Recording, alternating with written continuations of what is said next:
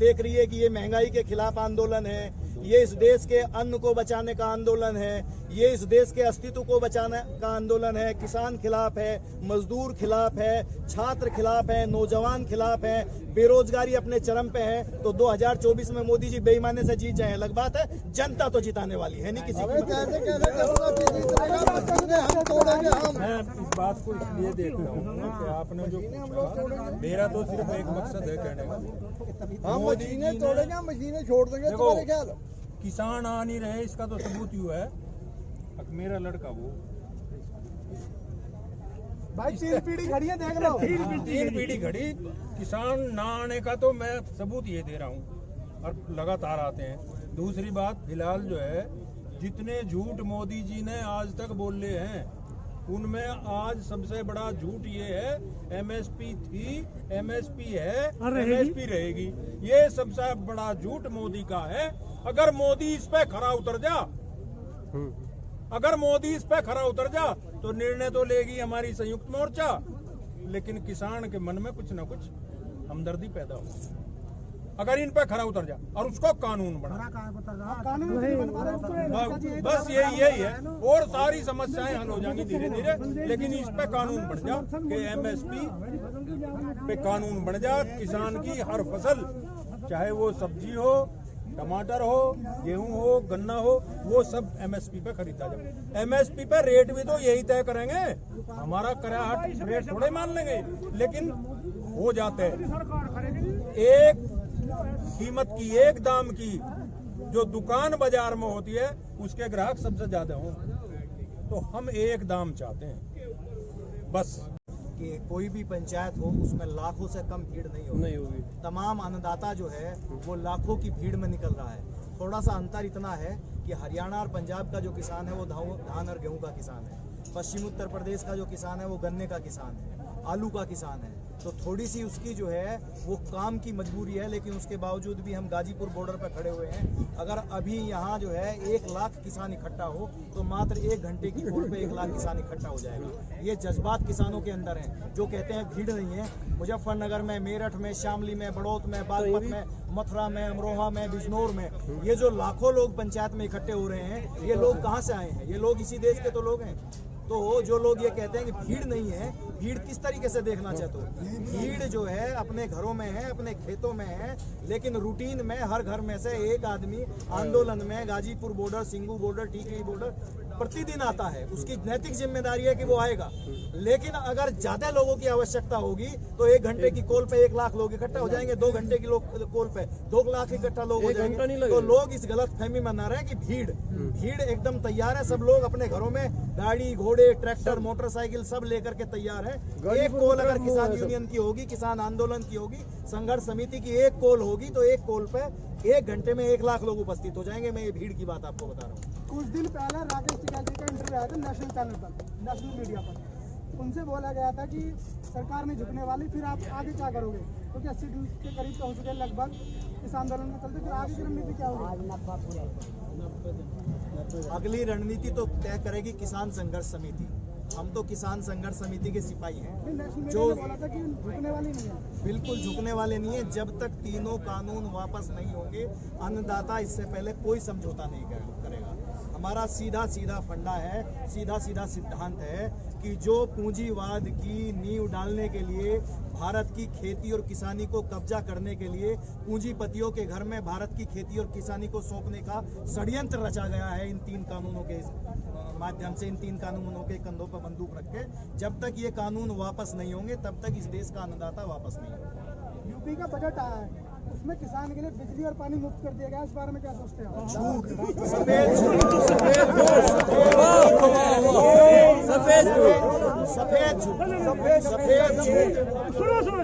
आम आदमी का इनके झूठों से विश्वास उठ चुका है। ये वही लोग हैं जिन्होंने कहा था कि 2 करोड़ नौकरी हर साल इस देश के नौजवानों को देंगे।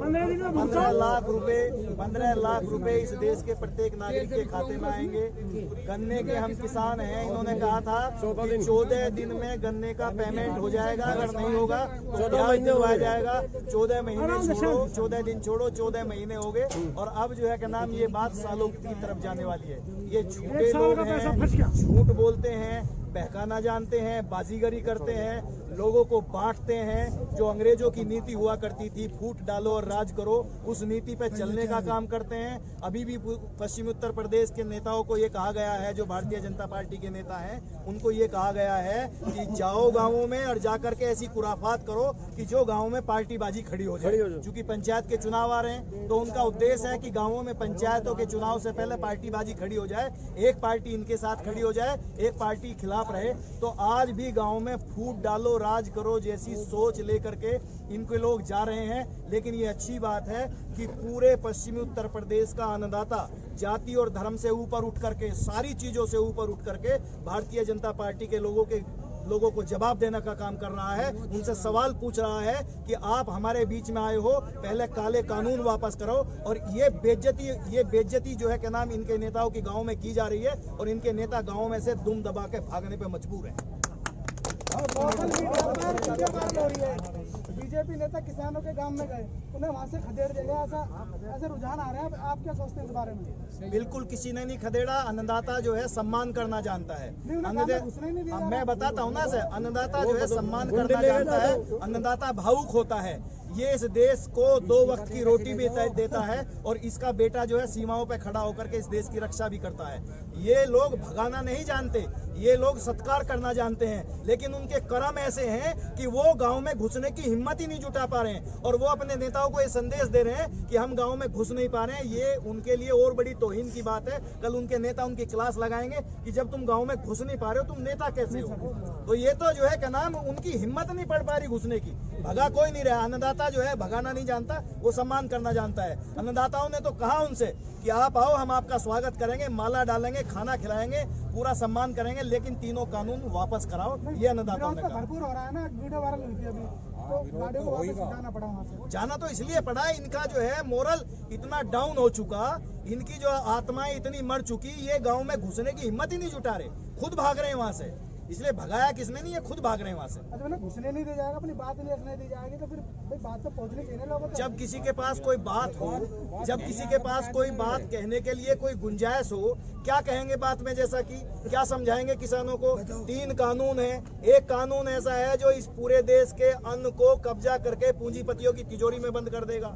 एक कानून ऐसा है जो इस देश की एपीएमसी की मंडियों को बर्बाद करके, जैसे जियो ने बीएसएनएल को बर्बाद करके और बैठा करके घर बैठा दिया, और अब जियो का राज हो गया। एक कानून ऐसा है। दूसरा कानून ऐसा है जो किसानों की जमीनें छीन लेगा। किसान की खुद की जमीन पे और पूंजीपति आएगा और लोन लेकर के उसी के पैसे से राज करेगा। तो इन तीनों काले कानूनों को क्या समझाएंगे वो जाकर के? क्या है उनके पास समझाने के लिए? इसलिए मैं कहना चाहता हूं आपके चैनल के माध्यम से कि वो जो है उनका पर्दाफाश हो चुका है। इस देश की आम जनता इस बात को अच्छे से समझ चुकी है। ये आंदोलन अब सिर्फ किसानों का आंदोलन नहीं है। इस देश के 130 करोड़ लोगों के समझ में ये बात आ गई कि अगर अन्न तिजोरियों में बंद हो गया तो पैकेट में आटा मिलेगा और पैकेट में ही टमाटर और आलू मिलेंगे। आम आदमी की महंगाई से कमर टूट जाएगी अगर इस आटे पे, इस सब्जी पे, इस अन्न पे पूंजीपतियों का कब्जा हो गया। ये बात पूरे हिंदुस्तान के लोगों को समझ में आ गई है। आज पूरे हिंदुस्तान का बच्चा बच्चा किसानों के साथ खड़ा हुआ है। इसलिए आप आंदोलन किसानों का नहीं रहा, अब आंदोलन पूरे देश की जनता का हो गया है।